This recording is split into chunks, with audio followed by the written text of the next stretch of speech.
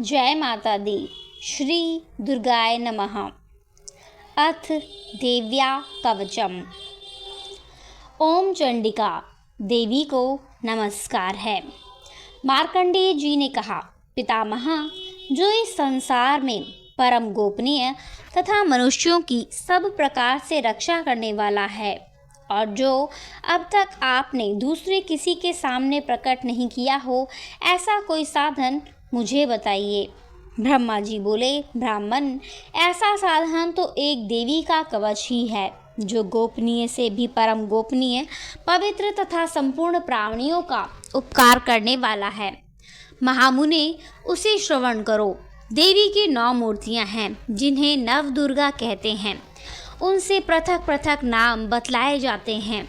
प्रथम नाम शैलपुत्री है, दूसरी नाम ब्रह्मचारिणी है, तीसरी स्वरूप चंद्रघंटा के सामने नाम से ही प्रसिद्ध है, चौथी मूर्ति को कूष्मांडा कहते हैं, पांचवी दुर्गा का नाम स्कंद माता है, देवी के छठे रूप को कात्यायनी कहते हैं, सातवां कालरात्रि और आठवां स्वरूप महागौरी के नाम से प्रसिद्ध है, नवी दुर्गा का नाम सिद्धिदात्री है। ये सब नाम सर्वज्ञ महात्मा वेद भगवान के द्वारा ही प्रतिपादित हुए हैं। जो मनुष्य अग्नि में जल रहा हो, रणभूमि में शत्रुओं से घिर गया हो, विषम संकट में फंस गया हो तथा इस प्रकार भय से आतुर होकर जो भगवती दुर्गा की शरण में प्राप्त हुए हों, उनका कभी कोई अमंगल नहीं होता। युद्ध के समय संकट में पड़ने पर भी उन पर कोई विपत्ति नहीं आती। उन्हें शोक, दुख और भय की प्राप्ति नहीं होती। जिन्होंने भक्ति पूर्वक देवी का स्मरण किया है, उनका निश्चय ही अभ्युदय होता है। देवेश्वरी, जो तुम्हारा चिंतन करते हैं, उनकी तुम निसंदेह रक्षा करती हो। चामुंडा देवी प्रेत पर आरूढ़ होती हैं, वाराही भैंसे पर सवारी करती हैं, ऐन्द्री का वाहन ऐरावत हाथी है, वैष्णो देवी गरुड़ पर ही आसन जमाती हैं, माहेश्वरी वृषभ पर आरूढ़ होती है, कमारी का वाहन मयूर है, भगवान विष्णु की प्रियतमा लक्ष्मी देवी कमल के आसन पर विराजमान हैं, हाथों में कमल धारण किए हुए हैं। वृषभ पर आरूढ़ ईश्वरी देवी ने श्वेत रूप धारण कर रखा है। ब्राह्मी देवी हंस पर बैठी हुई हैं और सब प्रकार के आभूषणों से विभूषित हैं। इस प्रकार ये सभी माताएं सब प्रकार की योग शक्तियों से संपन्न हैं। इसके सिवा और भी बहुत सी देवियां हैं, जो अनेक प्रकार के आभूषणों की शोभा से युक्त तथा नाना प्रकार के रत्नों से सुशोभित हैं। ये संपूर्ण देवियां क्रोध में भरी हुई हैं और भक्तों के लिए रक्षा के लिए रथ पर बैठी दिखाई देती हैं। ये शंख, चक्र, गदा, शक्ति, हल और मूसल, खेटक और तोमर, परशु और पाश, कुंत और त्रिशूल एवं उत्तम शांग धनुष आदि अस्त्र शस्त्र अपने हाथों में धारण करती हैं। दैत्यों के शरीर का नाश करना, भक्तों को अभय दान देना और देवताओं का कल्याण करना, यही उनके शस्त्र धारण का उद्देश्य है। महान रौद्र रूप, अत्यंत घोर पराक्रम, महान बल और महान उत्साह वाली देवी, तुम महान भय का नाश करने वाली हो, तुम्हें नमस्कार है। तुम्हारी ओर देखना भी कठिन है। शत्रुओं का भय बढ़ाने वाली जगदम्बिके, मेरी रक्षा करो। पूर्व दिशा में ऐन्द्री मेरी रक्षा करे, अग्निकोण में अग्नि शक्ति, दक्षिण दिशा में वाराही, नैऋत्य कोण में खड़गधारिणी मेरी रक्षा करे, पश्चिम दिशा में वारुणी, वायव्य कोण में मृग पर सवारी करने वाली देवी मेरी रक्षा करे, उत्तर दिशा में कामौरी, ईशान कोण में शूलधारिणी देवी रक्षा करे। ब्राह्मणी, तुम ऊपर की ओर से मेरी रक्षा करो। वैष्णवी देवी, नीचे की ओर से मेरी रक्षा करो। इसी प्रकार शव को अपना वाहन बनाने वाली चामुंडा देवी 10 दिशाओं से मेरी रक्षा करें। जया आगे से और विजया पीछे की ओर से मेरी रक्षा करे। वाम भाग में अजिता और दक्षिण भाग में अपराजिता रक्षा करे। उद्योतिनी शिखा की रक्षा करे। उमा मेरे मस्तक पर विराजमान होकर रक्षा करे। उद्योतिनी शिखा की रक्षा करे। उमा मेरे मस्तक पर विराजमान होकर रक्षा करे। ललाट में माला धरी रक्षा करे और यशस्विनी देवी मेरी बाहों का संरक्षण करें। बाहों के मध्य भाग में त्रिनेत्रा और नथनों की यमघंटा देवी रक्षा करें। दोनों नेत्रों के मध्य भाग में शंखिनी और कानों में द्वारवासिनी मेरी रक्षा करे।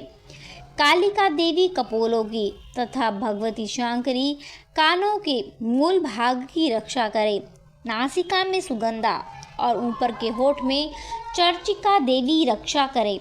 नीचे के होठ में अमृत कला तथा जुआ में सरस्वती देवी रक्षा करे। कौमारी दांतों की और चंडिका कंठ प्रदेश की रक्षा करे। चित्र घंटा गले की, घाटी की और महामाया तालु में रहकर रक्षा करे। कामाक्षी ठोड़ी की और सर्वमंगला मेरी वाणी की रक्षा करे। भद्रकाली ग्रीवा में और धनुर्धरी पृष्ठ वंश में रक्षा कर रहे। कंठ में बाहरी भाग में नीलग्रीवा और कंठ की नली में नलकुबरी रक्षा करे। दोनों कंधों में खड़गनी और मेरी दोनों भुजाओं की वज्रधारिणी रक्षा करे। दोनों हाथों में दंडिनी और उंगलियों में अंबिका रक्षा करे। शूलेश्वरी नखों की रक्षा करे। कुलेश्वरी कुक्षी में रहकर रक्षा करे। महादेवी दोनों स्तनों की और शोक विनाशिनी मन की रक्षा करे। ललिता देवी हृदय में और शूलधारिणी उदर में रहकर रक्षा करे। नाभि में कामिनी और गुह्या भाग की गुहेश्वरी रक्षा करे। पूतना और कामिका लिंग की और महिषवाहिनी गुदा की रक्षा करे। भगवती कटी भाग में और विंध्यावासिनी घुटनों की रक्षा करे। संपूर्ण कामनाओं को देने वाली महाबला देवी दोनों पिंडलियों की रक्षा करे। नारसिंही दोनों घुट्टियों की और तेजसी देवी दोनों चरणों के पृष्ठ भाग की रक्षा करे। श्री देवी पैरों की उंगलियों में और तलवासिनी पैरों के तलुओं में रहकर रक्षा करे। अपनी दाढ़ों के कारण भयंकर दिखाई देने वाली दंष्ट्रा कराली देवी नखों की और ऊर्ध्वकेशिनी देवी केशों की रक्षा करे। रोमावलियों छिद्रों में कौबेरी तथा त्वचा की बागीश्वरी देवी रक्षा करे। पार्वती देवी रक्त, मज्जा, वसा, मांस, हड्डी और मेद की रक्षा करे। आंतों की कालरात्रि और पित्त की मुकुटेश्वरी देवी रक्षा करे। मूलाधार आदि कमल कोशों में पद्मावती देवी और कफ में चूड़ामणि स्थित कर रक्षा करे। नख के तेज की ज्वालामुखी रक्षा करे, जिसका किसी भी अस्त्र से भेदन नहीं हो सकता। वह अभेद्या देवी शरीर की समस्त संधियों में रहकर रक्षा करें। ब्रह्माणी आप मेरे वीर की रक्षा करें। छत्रेश्वरी छाया की तथा धर्मधारिणी देवी मेरे मन, अहंकार और बुद्धि की रक्षा करें। हाथों में वज्र धारण करने वाली वज्रहस्ता देवी मेरे प्राण, अपान, व्यान, उदान और समान वायु की रक्षा करें।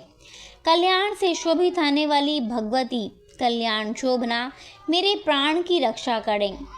रस, रूप, गंध, शब्द और स्पर्श इन विषयों का अनुभव करते समय योगिनी देवी रक्षा करे तथा सत्वगुण, रजोगुण और तमोगुण की रक्षा करे। नारायणी देवी करें। वाराही आयु की रक्षा करें। वैष्णवी धर्म की रक्षा करे तथा चक्रिणी देवी यश, कीर्ति, लक्ष्मी, धन तथा विद्या की रक्षा करें। इंद्राणी आप मेरे गोत्र की रक्षा करें। चंडिका तुम मेरे पशुओं की रक्षा करो। महालक्ष्मी पुत्रों की रक्षा करें और भैरवी पत्नी की रक्षा करें। मेरे पथ की सुपथा और मार्ग की क्षेमकारी रक्षा करें। राजा के दरबार में महालक्ष्मी रक्षा करें तथा सब ओर से व्याप्त रहने वाली विजया देवी संपूर्ण भयों से मेरी रक्षा करें। देवी, जो स्थान कवच में नहीं कहा गया है अतएव रक्षा से रहित है, वह सब तुम्हारे द्वारा सुरक्षित हो, क्योंकि तुम विजयशालिनी और पापनाशिनी हो। यदि अपने शरीर का भला चाहें तो मनुष्य बिना कवच के कहीं एक पग भी न जाए, कवच का पाठ करके ही यात्रा करे। कवच के द्वारा सब ओर से सुरक्षित मनुष्य जहाँ जहाँ भी जाता है वहाँ वहाँ उसे धन लाभ होता है तथा संपूर्ण कामनाओं की सिद्धि करने वाली विजय की प्राप्ति होती है। वह जिस अभिष्ट वस्तु का चिंतन करता है उसे निश्चय ही प्राप्त कर लेता है। वह पुरुष इस पृथ्वी पर तुलना रहित महान ऐश्वर्य का भागी होता है। कवच से सुरक्षित मनुष्य निर्भय हो जाता है, युद्ध में उसकी पराजय नहीं होती तथा वह तीनों लोकों में पूजनीय होता है। देवी का यह कवच देवताओं के लिए भी दुर्लभ है। जो प्रतिदिन नियम पूर्वक तीनों संध्याओं के समय श्रद्धा के साथ इसका पाठ करता है उसे दैवी कला प्राप्त होती है तथा वह तीनों लोकों में कहीं भी पराजित नहीं होता। इतना ही नहीं, वह अपमृत्यु से रहित हो 100 से भी अधिक वर्ष तक जीवित रहता है। मकड़ी, चेचक, कोढ़ आदि संपूर्ण व्याधियां नष्ट हो जाती हैं। कनेर, भांग, अफीम, धतूरे आदि का स्थावर विष, सांप और बिच्छू आदि के काटने से चढ़ा हुआ जंगम विष तथा अहीफेन और तेल के संयोग आदि से बनने वाला कृत्रिम विष, ये सभी प्रकार के विष दूर हो जाते हैं, उनका कोई असर नहीं होता।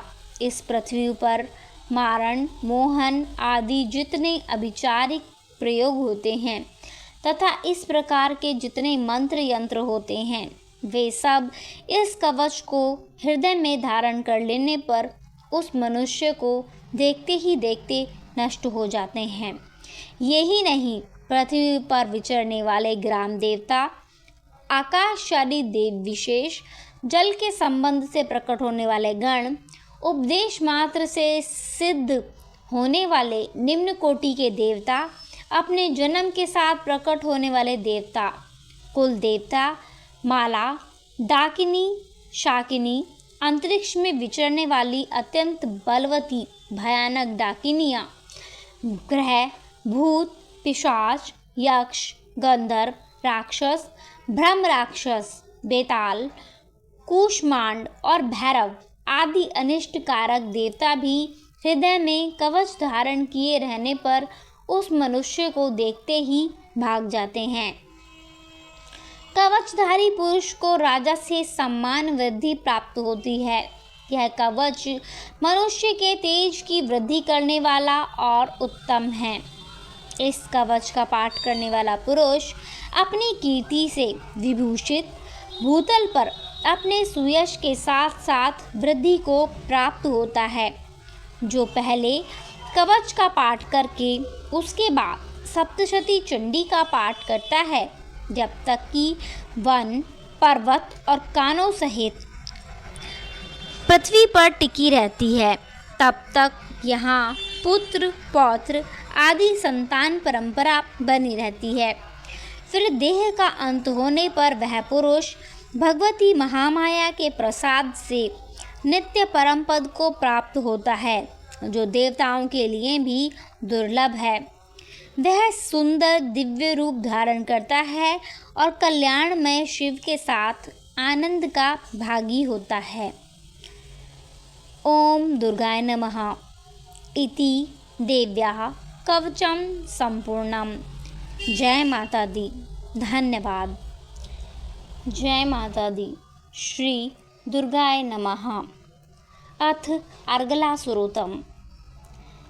श्री मार्कंडेय जी कहते हैं, जयंती, मंगला, काली, भद्रकाली, कपालिनी, दुर्गा, क्षमा, शिवा, धात्री, स्वाहा और स्वधा, इन नामों से प्रसिद्ध जगदम्बिके तुम्हें मेरा नमस्कार हो। देवी चामुंडे तुम्हारी जय हो। संपूर्ण प्राणियों की पीड़ा हरने वाली देवी तुम्हारी जय हो। सब में व्याप्त रहने वाली देवी तुम्हारी जय हो। काल रात्रि तुम्हें नमस्कार हो। मधु और कैटअप को मारने वाली और ब्रह्मा जी को वरदान देने वाली देवी तुम्हें नमस्कार है। तुम मुझे रूप दो, जय दो, यश दो और काम क्रोध आदि शत्रुओं का नाश करो। महिषासुर का नाश करने वाली और भक्तों को सुख देने वाली देवी तुम्हें नमस्कार है। तुम रूप दो, जय दो, यश दो और काम क्रोध आदि शत्रुओं का नाश करो। रक्त बीज का वध और चंड मुंड का नाश करने वाली देवी तुम रूप दो, जय दो, यश दो और काम क्रोध आदि शत्रुओं का नाश करो। शुंभ और निशुंभ तथा धूम्रलोचन का मर्दन करने वाली देवी तुम रूप दो, यश दो, जय दो, काम क्रोध आदि शत्रुओं का नाश करो। सबके द्वारा वंदित युगल चरणों वाली तथा संपूर्ण सौभाग्य प्रदान करने वाली देवी तुम रूप दो, जय दो, यश दो, काम क्रोध आदि शत्रुओं का नाश करो। देवी तुम्हारे रूप और चरित्र अचिंत्य हैं। तुम समस्त शत्रुओं का नाश करने वाली हो। तुम रूप दो, जय दो, यश दो, काम क्रोध आदि शत्रुओं का नाश करो। पापों को दूर करने वाली चंडिके जो भक्तिपूर्वक तुम्हारे चरणों में सर्वदा मस्तक झुकाते हैं, उन्हें रूप दो, जय दो, यश दो और उनके काम क्रोध आदि शत्रुओं का नाश करो। रोगों का नाश करने वाली चंडिके जो भक्तिपूर्वक तुम्हारी स्तुति करते हैं, उन्हें रूप दो, जय दो, यश दो और उनके काम क्रोध आदि शत्रुओं का नाश करो।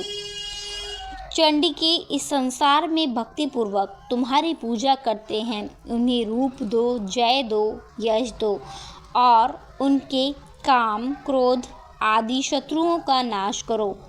मुझे सौभाग्य और आरोग्य दो, परम सुख दो, रूप दो, जय दो, यश दो और मेरे काम क्रोध आदि शत्रुओं का नाश करो। जो मुझसे द्वेष रखते हैं उनका नाश और मेरे बल की वृद्धि करो। रूप दो, जय दो, यश दो और मेरे काम क्रोध आदि शत्रुओं का नाश करो। देवी मेरा कल्याण करो, मुझे उत्तम संपत्ति प्रदान करो। रूप दो, जय दो, यश दो और काम क्रोध आदि शत्रुओं का नाश करो। अंबिके देवी देवता और असुर दोनों ही अपने माथे के मुकुट की मणियों को तुम्हारे चरणों पर घिसते हैं। तुम रूप दो, जय दो, यश दो और काम क्रोध आदि शत्रुओं का नाश करो। तुम अपने भक्तजन को विद्वान, यशस्वी और लक्ष्मीवान बनाओ तथा रूप दो, जय दो, यश दो और उसके काम क्रोध आदि शत्रुओं का नाश करो। प्रचंड दैत्यों के दर्पण का दलन करने वाली चंडिके मुझ शरणागत को रूप दो, जय दो, यश दो और मेरे काम क्रोध आदि शत्रुओं का नाश करो। चतुर्मुख ब्रह्मा जी के प्रशंसित चार भुजाधारिणी परमेश्वरी तुम रूप दो, जय दो, यश दो और मेरे काम क्रोध आदि शत्रुओं का नाश करो। हे देवी अंबिके, भगवान विष्णु नित्य निरंतर भक्तिपूर्वक तुम्हारी स्तुति करते हैं। तुम रूप दो, जय दो, यश दो और काम क्रोध आदि शत्रुओं का नाश करो। हिमालय कन्या पार्वती के पति महादेव जी द्वारा प्रशंसित होने वाली परमेश्वरी तुम रूप दो, जय दो, यश दो और काम क्रोध आदि शत्रुओं का नाश करो। हिमालय कन्या शचीपति इंद्र के द्वारा सद्भाव से पूजित होने वाली परमेश्वरी तुम रूप दो, जय दो, यश दो और काम क्रोध आदि शत्रुओं का नाश करो। प्रचंड भुजंग डंडों वाले दैत्यों का घमंड चूर करने वाली देवी तुम रूप दो, जय दो, यश दो और काम क्रोध आदि शत्रुओं का नाश करो। देवी अंबिके, तुम अपने भक्तजनों को सदा असीम प्रदान करती रहती हो। मुझे रूप दो, जय दो, यश दो और मेरे काम क्रोध आदि शत्रुओं का नाश करो। मन की इच्छा के अनुसार चलने वाली मनोहर पत्नी प्रदान करो, जो दुर्गम संसार से तारने वाली और उत्तम कुल में उत्पन्न हुई हो। जो मनुष्य इस स्रोत का पाठ करके सप्तशती रूपी महास्रोत का पाठ करता है, वह सप्तशती की जप संख्या से मिलने वाले श्रेष्ठ फल को प्राप्त होता है। साथ ही वह प्रचुर संपत्ति भी प्राप्त कर लेता है। ओम दुर्गाय नमः इति देव्या अर्गला स्रोतम संपूर्णम। जय माता दी, जय माता दी। धन्य। ओम दुर्गाय नमः।